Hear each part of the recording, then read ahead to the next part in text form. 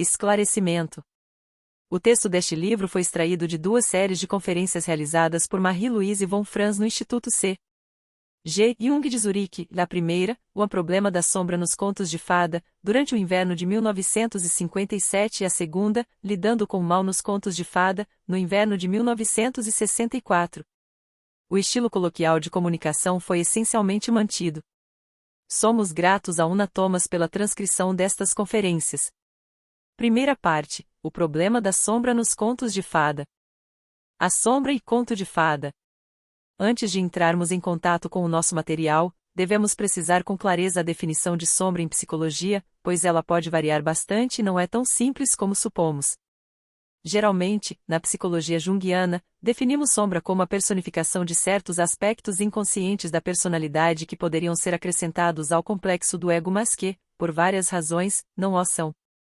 Poderíamos, portanto, dizer que a sombra é a parte obscura, a parte não vivida e reprimida da estrutura do ego, mas isso é só parcialmente verdadeiro. Jung criticava seus alunos quando estes se apegavam aos seus conceitos de maneira literal, fazendo deles um sistema, e quando citavam sem saber exatamente do que falavam. Numa discussão acabou por dizer, isto não tem sentido, a sombra é simplesmente todo o inconsciente. Acrescentou que tínhamos esquecido como essas coisas haviam sido descobertas e vividas pelo indivíduo e que sempre é preciso pensar na condição atual do paciente. Se vocês tentarem explicar alguns processos não aparentes e inconscientes a alguém, que não conhece nada de psicologia e inicia uma análise, isto é a sombra para ele. Assim, numa primeira etapa de abordagem do inconsciente, a sombra é simplesmente um nome mitológico, aquilo que me diz respeito mas que não posso conhecer diretamente. Somente quando começamos a penetrar a esfera da sombra da personalidade, investigando seus diferentes aspectos, é que surge nos sonhos, depois de um certo tempo, uma personificação do inconsciente, do mesmo sexo que o sonhador. Mas depois o paciente descobrirá que ainda existe, nessa área desconhecida, um outro tipo de reação chamada anima, ou ânimos, representando sentimentos, estados de espírito, ideias, etc. Abordaremos também o conceito do self. Por razões práticas, Jung não achou necessário se estender além destas três etapas. Muitas pessoas permanecem no impasse quando o problema não é apenas questão de teoria, mas de prática. Integrar a anima ou o ânimos é uma obra de arte e ninguém pode se vangloriar de tê-lo conseguido. Por isso, quando falamos de sombra devemos ter bem explícita a situação pessoal do indivíduo em questão, inclusive seu nível específico de consciência e percepção interior. Assim, numa primeira fase, podemos dizer que a sombra é tudo aquilo que faz parte da pessoa mas que ela desconhece. Geralmente, quando investigamos a sombra, descobrimos que consiste em parte de elementos pessoais e em parte de elementos coletivos. Praticamente, nesse primeiro contato, a sombra é apenas um conglomerado de aspectos em que não conseguimos definir o que é pessoal e o que é coletivo. Exemplificando, digamos que uma pessoa tem pais de diferentes temperamentos, dos quais herdou algumas características que, por assim dizer, não se misturam bem quimicamente. Por exemplo, uma vez tive uma analisanda que herdou do pai um temperamento inflamável e brutal, e da mãe uma grande suscetibilidade. Como poderia ela ser as duas pessoas ao mesmo tempo? Se alguém a contrariasse, ela se defrontava com duas reações opostas. Existem possibilidades opostas numa criança que não se harmonizam entre si. Geralmente, no decorrer de seu desenvolvimento, uma escolha é feita, de modo que um lado fica mais ou menos consolidado. Sempre escolhendo uma qualidade e preferindo uma determinada atividade em detrimento de outra, através da educação e dos hábitos, estas acabam se tornando uma segunda natureza às outras qualidades. Continuam a existir, só que debaixo do pano. A sombra se constrói a partir dessas qualidades reprimidas, não aceitas ou não admitidas porque incompatíveis com as que foram escolhidas. É relativamente fácil reconhecer esses elementos e é isto que chamamos de tornar a sombra consciente, através de uma certa dose de insight, com a ajuda de sonhos e assim por diante, e é normalmente nesse ponto que a análise é interrompida. Mas isto não significa o término de um trabalho, pois daí vem um problema muito mais difícil, diante do qual a maioria das pessoas encontra grande dificuldade. Elas sabem o que é a sua sombra mas não conseguem expressá-la ou integrá-la em suas vidas. Naturalmente a mudança não agrada às pessoas de seu meio, pois isto significa que elas também têm que se readaptar. Uma família Ficaria simplesmente furiosa se um membro até então doce e cordato de repente se tornasse agressivo, dizendo não às suas ordens. Isso conduz a muitas críticas, e o ego da pessoa em questão também se ressente da situação. A integração da sombra poderá não dar certo e o problema chegará então a um impasse. É um ato de grande coragem enfrentar e aceitar uma qualidade que não nos é agradável, que se escolheu esconder por muitos anos. Mas se a pessoa decidir não aceitá-la, acabará sendo apanhada pelas costas.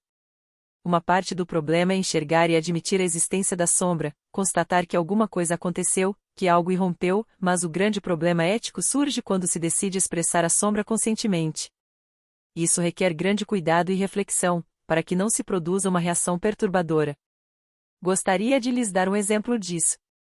Pessoas do tipo sentimento estão sempre prontas a serem cruéis e mesquinhas ao julgar seus amigos. Por um lado se sentem bem com as pessoas, mas, por dentro e por trás, são capazes de ter pensamentos e julgamentos extremamente negativos a seu respeito. Outro dia eu estava num hotel com uma pessoa do tipo sentimento. Eu sou do tipo pensamento e acontece que estava com uma tremenda pressa quando a avistei, de modo que apenas a cumprimentei rapidamente. Daí ela achou que eu odiava, que estava furiosa com ela e que não queria passar o dia em sua companhia, que eu era uma pessoa fria e insociável, etc. De repente o tipo sentimento passou a ter pensamentos negativos, com toda uma explicação para o fato de eu tê-la cumprimentado apressadamente. No estágio inicial a sombra é todo inconsciente, um acúmulo de emoções, julgamentos e assim por diante. Vocês poderiam achar que minha amiga foi envolvida pelo pensamento negativo do ânimos, mas o que aconteceu realmente foi uma explosão de pensamentos negativos, neste caso a função inferior, emoção brutal, sombra, e alguns julgamentos destrutivos, neste caso o ânimos. Se estudarem essas explosões negativas, vocês poderão distinguir entre a figura que chamamos de sombra e a faculdade de julgamento que na mulher chamamos de ânimos. Depois de um certo tempo as pessoas descobrem essas qualidades negativas em si mesmas e conseguem não apenas vê-las mas expressá-las, o que significa abdicar de certas idealizações e padrões. Isso acarreta sérias considerações e uma boa dose de reflexão, caso a pessoa em questão não queira ter uma ação destrutiva sobre as coisas que a cercam. Então, visto que podemos descobrir nos sonhos elementos que parecem não ser pessoais, dizemos que a sombra consiste em parte de material pessoal e em parte de material impessoal e coletivo. Todas as civilizações, mas especialmente a cristã, têm sua própria sombra. Esta é uma afirmação banal, mas se vocês estudarem outras civilizações verão em que ponto elas são melhores que a nossa. Na Índia, por exemplo, as pessoas estão na nossa frente no que diz respeito ao desenvolvimento espiritual e filosófico em geral, mas seu comportamento social nos choca. Se andarem pelas ruas de Bengala, verão um grande número de pessoas obviamente morrendo de fome, elas estão ao extremo e ninguém se importa com isso pois esse é o seu karma, cada um deve se preocupar consigo mesmo, com a sua própria salvação, e importar-se com o outro significaria simplesmente entrar em considerações terrenas. Para nós europeus essa atitude social estraga tudo, pois é revoltante ver gente morrendo de fome e ignorar o fato. Chamaríamos essa condição de sombra da civilização hindu, sua extroversão está abaixo do limite e sua introversão, acima. Poderia ser que o lado luminoso não tivesse consciência do lado sombrio, o que é óbvio para uma outra civilização. Se alguém vivesse sozinho seria praticamente impossível perceber sua própria sombra, pois não haveria ninguém para lhe dizer qual seria a sua imagem. É preciso um espectador. Se levarmos em consideração a reação do espectador, poderemos falar da sombra de diferentes civilizações. Por exemplo, muitos orientais acham que nossa atitude coletiva é completamente inconsciente com relação a certos fatos metafísicos, e que ingenuamente nos deixamos levar por ilusões. É assim que eles nos veem, mas não é assim que nos vemos. Devemos ter uma sombra de que ainda não nos demos conta, da qual não temos consciência, e a sombra coletiva é particularmente ruim porque cada um apoia o outro em sua cegueira, é somente nas guerras ou nos ódios entre nações que se revela algum aspecto da sombra coletiva. Assim, podemos dizer que os europeus possuem algumas qualidades negativas ou incompatíveis que foram reprimidas pelo indivíduo, o qual por sua vez também leva consigo qualidades negativas do grupo ao qual pertence, qualidades de que geralmente não tomou consciência. A sombra coletiva também surge sob outra forma, quando em pequenos grupos ou sozinhos, certas qualidades nossas se reduzem, crescendo porém repentinamente quando estamos num grupo maior. Esse fenômeno compensatório típico ocorre com introvertidos retraídos que no fundo desejam ser brilhantes, um grande personagem no meio da multidão. Com o extrovertido ocorre o contrário. Quando sozinho o introvertido diz que não é ambicioso e que não se importa com isso, que não se envolverá em intrigas ambiciosas, que realmente será ele mesmo, satisfeito com sua introversão. Basta introduzi-lo numa multidão onde haja extrovertidos ambiciosos e rapidamente ele estará contaminado pela infecção. Isso é comparável à situação de uma mulher que corre a uma loja para comprar alguma coisa barata e outras mulheres vão correndo atrás dela e compram a mesma coisa. Ao chegarem em casa se perguntam, surpresas, mas, afinal de contas, por que comprei isto? Se alguém só sente ambição quando está em grupo, podemos dizer que aí se trata de sombra coletiva. Às vezes você se sente bem, interiormente, mas ao entrar num grupo onde o diabo está solto, fica meio perturbado, como aconteceu com alguns alemães quando iam aos encontros do Partido Nazista. Refletindo em casa eles poderiam ser antinazistas, mas nesses encontros alguma coisa se acendia e eles ficavam, como alguém comentou, como que possuídos pelo demônio. Temporariamente eles foram dominados mais pela sombra coletiva do que pela pessoal. O mal coletivo é ainda personalizado nos sistemas religiosos através da crença nos espíritos das trevas e demônios do mal. Uma pessoa da Idade Média voltando do tal encontro diria que tinha sido possuída pelo demônio e que agora estava livre novamente. O próprio diabo exemplifica tal personificação da sombra coletiva. Por outro lado, podemos dizer que se os demônios coletivos nos afetam, é porque devemos ter algo deles em nós, caso contrário não nos afetariam e a porta de nossa psique não estaria aberta à sua entrada. Quando partes de nossa sombra pessoal não estão suficientemente integradas, a sombra coletiva pode passar furtivamente por essa porta. Consequentemente devemos estar conscientes da existência desses dois aspectos, porque este é um problema ético e prático capaz de causar enormes danos. Suponhamos que um analisando se comporte de maneira ultrajante em grupo. Se tentarmos fazê-lo ver que a culpa foi sua, ele se sentirá oprimido e objetivamente isso não seria correto, pois em parte aí se encontra a sombra coletiva. Além disso, ele teria um grande sentimento de culpa. Existe uma espécie de norma interior secreta, a respeito de quanto um ser humano pode suportar a sombra. Não é saudável ignorá-la nem absorvê-la demais. Uma dose excessiva impede que a pessoa funcione psicologicamente. Quando alguém tem a consciência pesada, deve então considerar um pouco mais a própria sombra, mas o pior é que geralmente não se distingue a própria consciência que fica embaçada quando se olha para a sombra muito de perto, e este é um problema muito sutil. Estou me referindo a estes aspectos a fim de esclarecer o fato de que existe um aspecto individual e outro coletivo na sombra, a sombra do grupo. De certa forma, esta última consistiria na soma de todas as sombras individuais e seria algo que não perturba o grupo, sendo visível somente a grupos externos. Em outras palavras, se reunirmos 3 ou 4 intelectuais típicos, com os mesmos interesses, eles dirão que passaram uma noite maravilhosa em discussões intelectuais, sem no entanto perceberem que entre si o contato humano foi ruim, mas um simples camponês ali presente diria que a reunião foi horrível. Quando todos têm o mesmo problema, tudo parece maravilhoso. Provavelmente nós, europeus, possuímos muitas características que nos passam despercebidas, pois para nós, elas são normais. Este é o nível normal de consciência em indivíduos. E também em grupos. Eu gostaria de corrigir um ponto. Mas acima disse que somente quando um grupo agride outro é que percebe sua sombra, mas não fui totalmente exata, pois em muitas civilizações há rituais religiosos que visam precisamente tornar o grupo consciente de sua própria sombra.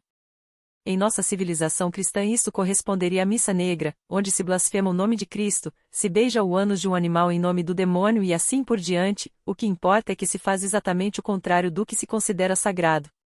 Esses festivais antirreligiosos morreram e tendem a ser esquecidos, mas foram uma tentativa de mostrar a sombra ao povo. Em muitas civilizações primitivas existem bufões que exercem a função de realizar as regras do grupo ao contrário. Riem quando deveriam ficar sérios, choram quando os outros riem, etc. Por exemplo, em certas tribos da América do Norte, uma pessoa é eleita para realizar de forma ritualística o oposto do estabelecido pelas regras sociais do grupo. Provavelmente, a ideia é que há outro lado que também deve ser reconhecido. Trata-se de um festival de catarse da sombra. Se alguém desejar conhecer um remanescente genuíno desses rituais na Suíça, basta ir até Basileia na época do Carnaval, embora atualmente a atmosfera seja perturbada pela presença de muitos estranhos, e então verá como um grupo mostra a sombra coletiva de uma forma genuína e bonita. No exército suíço fala-se do mascote da companhia. Alguém inconscientemente escolhido para ser o bode expiatório. Geralmente um homem com uma estrutura de ego fraca compelido a se comportar como sombra do grupo. Tal situação pode produzir trágicos resultados. Encontramos o mesmo esquema na família, onde a ovelha negra é forçada a carregar a sombra dos outros. Agora podemos examinar um problema correlato: o que os contos de fada representam, ou deixam de representar, e em que medida podemos encará-los como material psicológico. Para compreendermos isso, devemos nos perguntar qual é a provável origem dos contos de fada, e qual a sua função em nossa civilização. Como o Instituto Jung é uma escola, somos infelizmente obrigados a repetir certos princípios fundamentais. É como ligar a vitrola, de modo que me desculpem se agora eu lhes apresentar apenas uma rápida visão do problema. Antigamente, até mais ou menos o século XVII, os contos de fada não eram destinados apenas às crianças, mas também a adultos das classes mais baixas da população, como lenhadores e camponeses, divertindo-se as mulheres a ouvi-los enquanto fiavam. Havia inclusive, e ainda podemos encontrá-los em algumas vilas na Suíça, narradores profissionais de contos de fada, sempre solicitados a repetidamente narrar contos de fada. Esses narradores às vezes são pouco inteligentes, meio desequilibrados e neuróticos, mas também podem ser particularmente saudáveis e normais, enfim, há de tudo. Se você lhes perguntar por que narram contos de fada, alguns dirão que herdaram essa função, outros que aprenderam com a cozinheira, ou que é uma tradição que passa de pessoa a pessoa. Sabemos agora que existem contos de fada do tipo coletivo e que são passados de uma geração a outra, como nas antigas tradições, é uma espécie de sabedoria popular. As teorias a respeito da origem dos contos de fada variam bastante. Algumas dizem que são remanescentes degenerados de mitos e doutrinas religiosas, outras afirmam que eles provêm de uma parte degenerada da literatura. Já se disse também que eles são uma espécie de sonho, mais tarde contados como histórias. A meu ver, sua origem pode ser percebida através do seguinte exemplo típico. Numa família suíça existia, na época de Napoleão, uma crônica familiar dizendo que um dia o moleiro foi caçar uma raposa e de repente ela começou a falar, pedia ao moleiro que não a matasse, pois ela o tinha ajudado em seu trabalho no moinho. Quando ele voltou para casa encontrou seu moinho girando sozinho. Pouco tempo depois o moleiro morreu.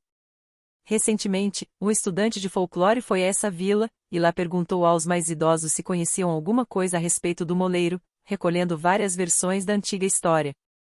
Um dos velhos deu a mesma versão, mas disse que depois a raposa correu por entre as pernas do moleiro, o que lhe provocou uma infecção fatal na pele. Assim, nessa parte do país, supõe-se que a raposa causa esse tipo de doença. Portanto, um elemento novo foi acrescentado à história original.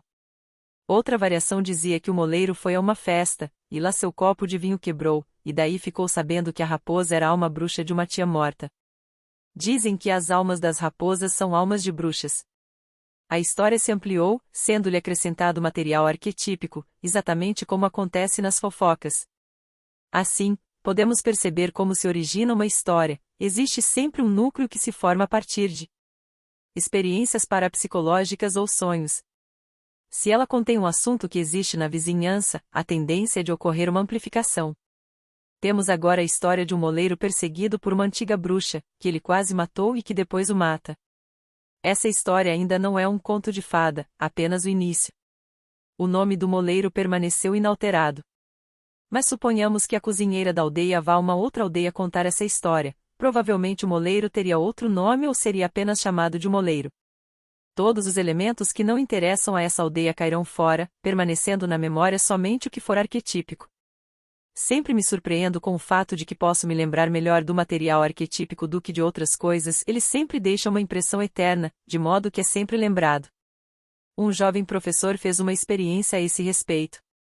Contou 2 histórias, sendo que somente uma continha elementos mitológicos, e fez com que seus alunos redigissem ambas, 3 dias depois. É óbvio que o conto mitológico foi lembrado, com maior precisão.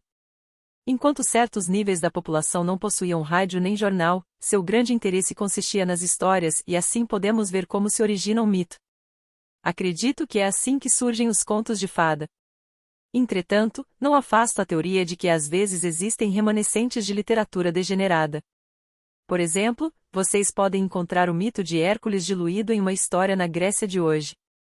Ele foi reduzido a uma estrutura básica, permanecendo seu material arquetípico, e são esses elementos de formas religiosas do passado que reaparecem no material do conto de fada.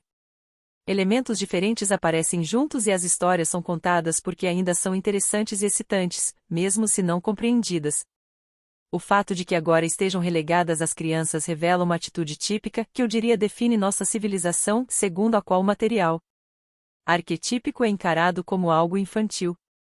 Se essa teoria a respeito de sua origem é verdadeira, os contos de fada refletem a estrutura psicológica elementar do homem muito mais do que os mitos e as produções literárias. Como certa vez disse Jung, quando estudamos os contos de fada podemos estudar a anatomia do homem. Em geral, o mito está mais inserido na civilização. Não se pode conceber a épica de Gilgamesh separada da civilização babilônico-sumeriana, ou a Odisseia longe da Grécia. O conto de fada, porém, pode migrar melhor, pois é tão elementar e tão reduzido aos seus elementos estruturais básicos que faz sentido para qualquer um. Certa vez, um missionário foi enviado a uma das ilhas da Polinésia e o primeiro contato que conseguiu foi através de um conto de fada, o laço comum.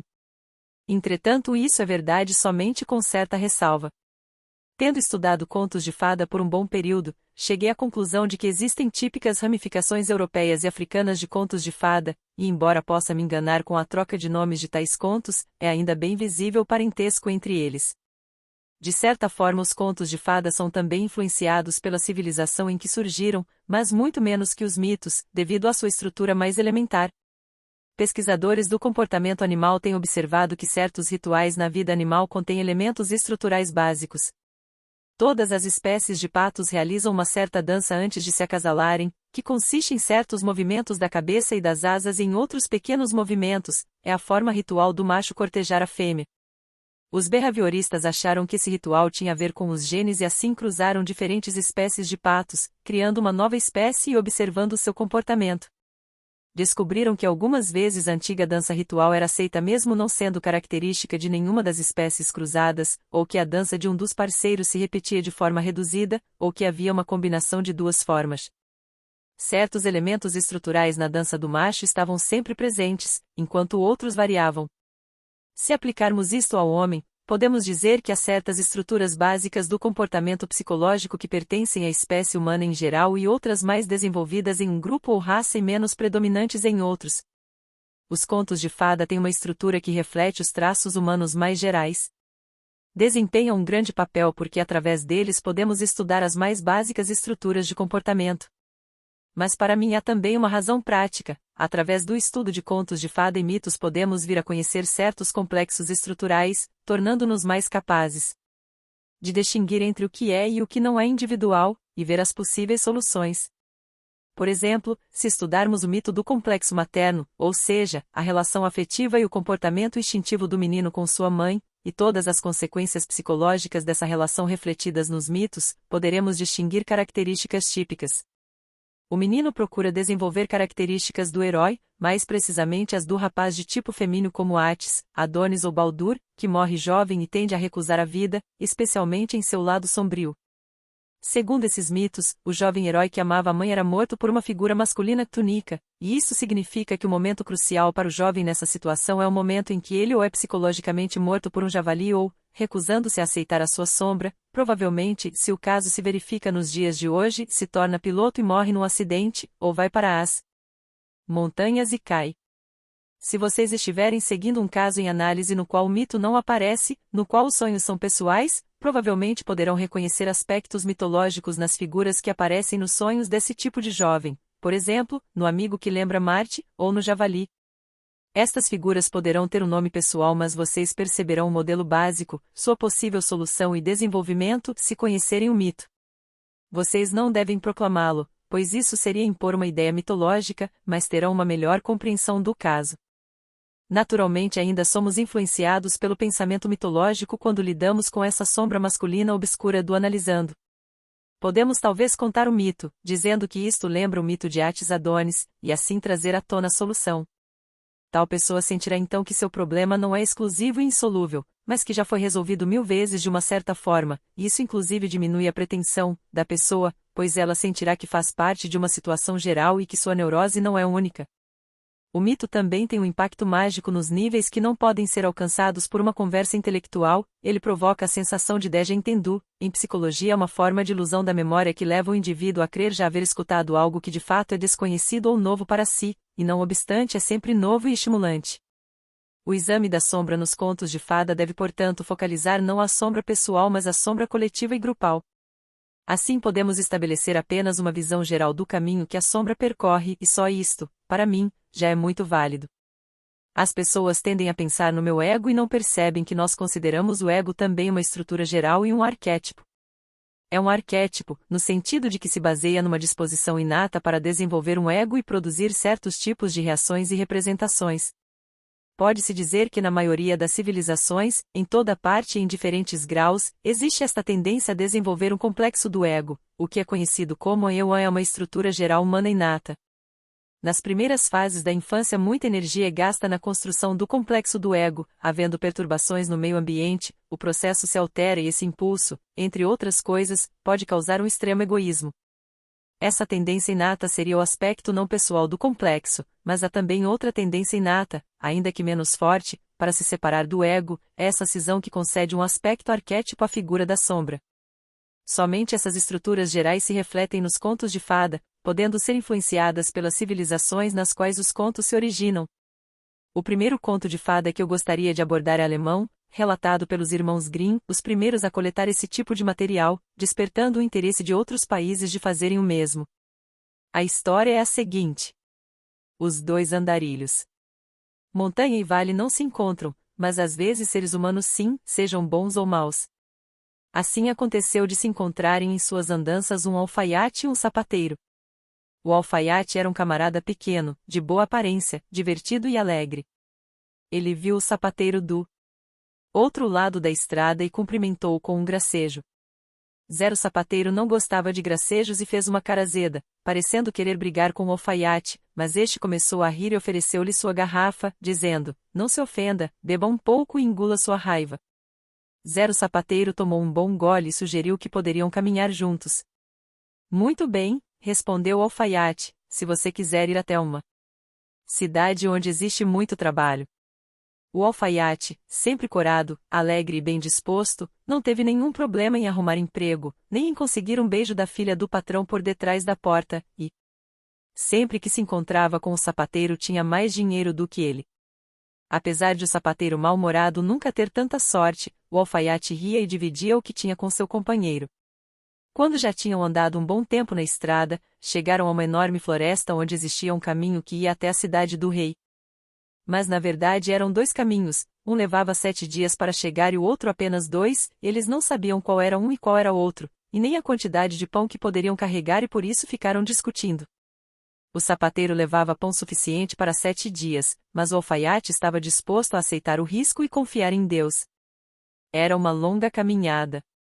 No terceiro dia o pão do alfaiate já tinha terminado, mas o sapateiro não teve pena dele. No quinto dia o alfaiate sentiu tanta fome que pediu um pedaço de pão, pois já estava pálido e exausto. O sapateiro concordou, contanto que lhe arrancasse um dos olhos em troca. O infeliz alfaiate, que não queria morrer, só podia aceitar, e o sapateiro sem coração tirou fora seu olho direito. No dia seguinte o alfaiate sentiu fome de novo e no 7º dia estava tão exausto que não conseguia ficar em pé. O sapateiro disse-lhe que teria piedade e lhe daria mais pão, mas, em troca, queria o outro olho.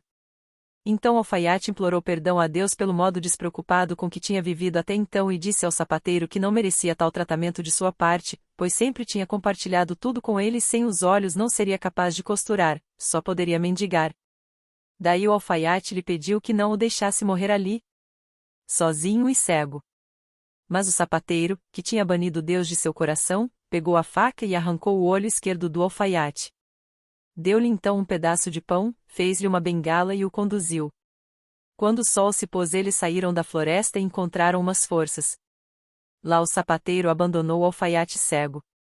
Este, extenuado de dor e raiva, caiu sonolento, dormindo a noite inteira. Quando acordou de manhã, não sabia mais onde se encontrava. De duas forças pendiam dois pobres pecadores e na cabeça de cada um pousava uma gralha. As duas aves começaram a conversar e uma contou à outra que o orvalho da noite, que caíra da forca sobre os corpos, devolveria a visão a quem com ele lavasse os olhos. Quando o alfaiate ouviu isso, tirou o lenço do bolso, encharcando-o no orvalho da grama e, lavando a cavidade dos olhos, voltou a ver com ambos os olhos. Logo o sol nasceu e na planície em frente se encontrava a cidade do rei, com seus belos portões e centenas de torres. Ele distinguia todas as folhas das árvores, via o voo dos pássaros e a dança dos mosquitos no ar. Pegou uma agulha e quando percebeu que podia costurar tão bem como sempre, seu coração pulou de alegria e ajoelhando-se agradeceu a Deus. Então pegou sua trouxa e seguiu cantando e assobiando. Logo encontrou um potro marrom correndo pelo campo. Agarrou pela crina para montá-lo até a cidade. Mas o potro implorou-lhe a liberdade, dizendo que era muito jovem, que mesmo uma pessoa leve como o alfaiate lhe quebraria as costas, e pediu que o deixasse livre até que fosse bastante forte, e assim, talvez um dia, pudesse retribuir-lhe. Então o alfaiate libertou o potro. Mas ele não tinha comido desde o dia anterior. Daí viu uma cegonha e prendeu-a por uma das pernas, pensando em cortar-lhe a cabeça para ter o que comer. Mas a cegonha lhe contou que era um pássaro sagrado que nunca prejudicava ninguém, que era de grande utilidade para a raça humana e lhe implorou para continuar a viver. Disse ao alfaiate que um dia poderia lhe ser útil. Assim, deixou que ela voasse livremente. Depois o alfaiate avistou dois patos numa lagoa. Prendeu um deles, querendo torcer-lhe o pescoço para ter o que comer. Mas uma velha pata saiu nadando de trás de uns arbustos e lhe implorou piedade pelos queridos filhotes. Pense, disse ela, o que diria sua mãe se alguém quisesse acabar com você. Assim o bem-humorado alfaiate permitiu que ela ficasse com seus filhotes e colocou os patinhos de volta na água. Quando se voltou viu uma velha árvore oca em que as abelhas enxameavam. Esta será minha recompensa por minhas boas ações, pensou o alfaiate, mas a abelha rainha aproximou-se e disse, se você tocar no meu povo e destruir minha colmeia, nós o picaremos com 10.000 agulhas em brasa. Deixe-nos em paz, siga seu caminho e como recompensa lhe prestaremos algum serviço um dia. Assim o alfaiate foi-se embora, chegando esfomeado na cidade. Como era meio-dia entrou numa estalagem para comer, depois foi procurar emprego, achando-o muito bom. Como era um ótimo alfaiate, logo tornou-se famoso e todos queriam um casaco confeccionado por ele até que finalmente foi nomeado alfaiate da corte. Mas, como acontece na vida, no mesmo dia seu antigo companheiro foi feito sapateiro da corte e quando este o viu com os olhos sãos, sentiu a consciência pesada e planejou destruí-lo antes que ele pudesse contar sua história. Assim, à tarde, tendo terminado seu trabalho foi procurar o rei, contando-lhe que o alfaiate era um camarada insolente que se vangloriara de poder encontrar a coroa de ouro, perdida nos tempos antigos. Na manhã seguinte o rei pediu para chamarem o alfaiate, ordenando-lhe que exibisse a coroa ou deixasse a cidade para sempre. O infeliz alfaiate arrumou sua trouxa e preparou-se para deixar a cidade, mas estava triste por ter que abandonar o lugar onde tudo tinha ido tão bem. Quando chegou à lagoa, onde tinha encontrado os patos, lá estava a velha pata limpando o bico na margem. Zero alfaiate contou o que lhe tinha acontecido. Só isso? Perguntou a pata. A coroa caiu na água e jaz no fundo da lagoa. Deixe apenas um lenço na margem. Então ela mergulhou com seus 12 filhotes, passados 5 minutos voltou com a coroa pousada nas asas e os 12 patinhos à sua volta seguravam-na com o bico. Então o alfaiate, envolvendo-a com o lenço, levou-a ao rei que lhe deu uma corrente de ouro em recompensa. Quando o sapateiro viu que a sua trama tinha fracassado, tornou a procurar o rei, dizendo que o alfaiate se vangloriara de poder construir o modelo do castelo real em cera, com tudo o que havia dentro. O rei ordenou ao alfaiate que realizasse essa façanha, e se faltasse um alfinete que fosse, ele seria aprisionado debaixo da terra pelo resto de seus dias. O alfaiate achou que as coisas iam de mal a pior, que ninguém poderia suportar isso, e mais uma vez ele se foi. Quando chegou à árvore oca, a abelha rainha voou para fora e lhe perguntou se estava com torcicolo, pois andava cabisbaixo. Aí o alfaiate lhe contou a história. Todas as abelhas começaram a zumbir e a rainha lhe disse que fosse para casa e voltasse no dia seguinte, na mesma hora, mas com um casaco bem grande. Quando voltou no dia seguinte, elas tinham construído um modelo perfeito. O rei ficou encantado e deu-lhe uma linda casa de pedra. Pela terceira vez, o sapateiro contou ao rei que o alfaiate se vangloriara de poder fazer, no pátio real, um chafariz tão alto quanto um homem e tão claro como o cristal. Veio então a ordem de que o alfaiate teria que fazê-lo sob pena de ser decapitado. Mais uma vez ele se preparou para ir embora, com lágrimas caindo pela face. Mas o potro aproximou-se correndo, dizendo que sabia qual era o problema. Nem bem o alfaiate montou, ele galopou até o pátio real, deu 3 voltas como um raio e na terceira jogou-se no chão. Nesse instante, ouviu-se um tremendo estrondo e uma imensa bola de terra voou pelos ares sobre o castelo. Imediatamente depois, a água jorrou tão alta quanto um homem montado a cavalo e tão clara como o cristal. Quando o rei viu isso, abraçou o alfaiate na frente de todo mundo. Porém, mais uma vez a sorte não durou. O rei tinha muitas filhas, cada uma mais bonita que a outra, mas nenhum filho, e o malvado sapateiro disse novamente ao rei que o alfaiate se vangloriara de poder trazer-lhe um filho através do ar. O rei chamou o alfaiate dizendo que se este lhe trouxesse um filho, poderia se casar com sua filha mais velha. O alfaiate foi para casa imaginando o que poderia fazer para resolver o problema. Novamente pensando que nada poderia ser feito, arrumou sua trouxa e foi-se embora, dizendo: deixarei este lugar porque aqui não consigo viver em paz. Mas, chegando ao campo, encontrou sua velha amiga, a cegonha, que o saudou. Quando lhe contou sua história, a cegonha disse que não esquentasse a cabeça, pois há muito tempo trazia bebés para a cidade e dessa vez poderia tirar um príncipe do fundo de um poço. O alfaiate devia voltar para casa e ficar tranquilo. Dentro de 9 dias deveria ir à corte onde também estaria a cegonha. O alfaiate foi para casa e, no dia marcado, dirigiu-se ao castelo e logo depois a cegonha chegou, batendo na janela. O alfaiate abriu-a e ela entrou, andando cuidadosamente com suas longas pernas no chão de mármore, carregando no bico uma criança que parecia um anjo. O bebê estendeu as pequeninas mãos para a rainha. A cegonha colocou-o no seu colo, deixando-a extasiada, e o alfaiate casou-se com a filha mais velha do rei. E o sapateiro teve que fazer os sapatos para o alfaiate dançar na festa do casamento, depois ordenaram-lhe que abandonasse a cidade para sempre. Seu caminho através da floresta conduziu-o até a forca. Exausto de raiva e do calor do dia, jogou-se no chão e quando fechou os olhos, querendo dormir, as 2 gralhas pousaram e com um grande alarido arrancaram-lhe os olhos. O sapateiro saiu vagando como um louco pela floresta e deve ter morrido lá, pois ninguém nunca mais o viu, nem ouviu falar dele.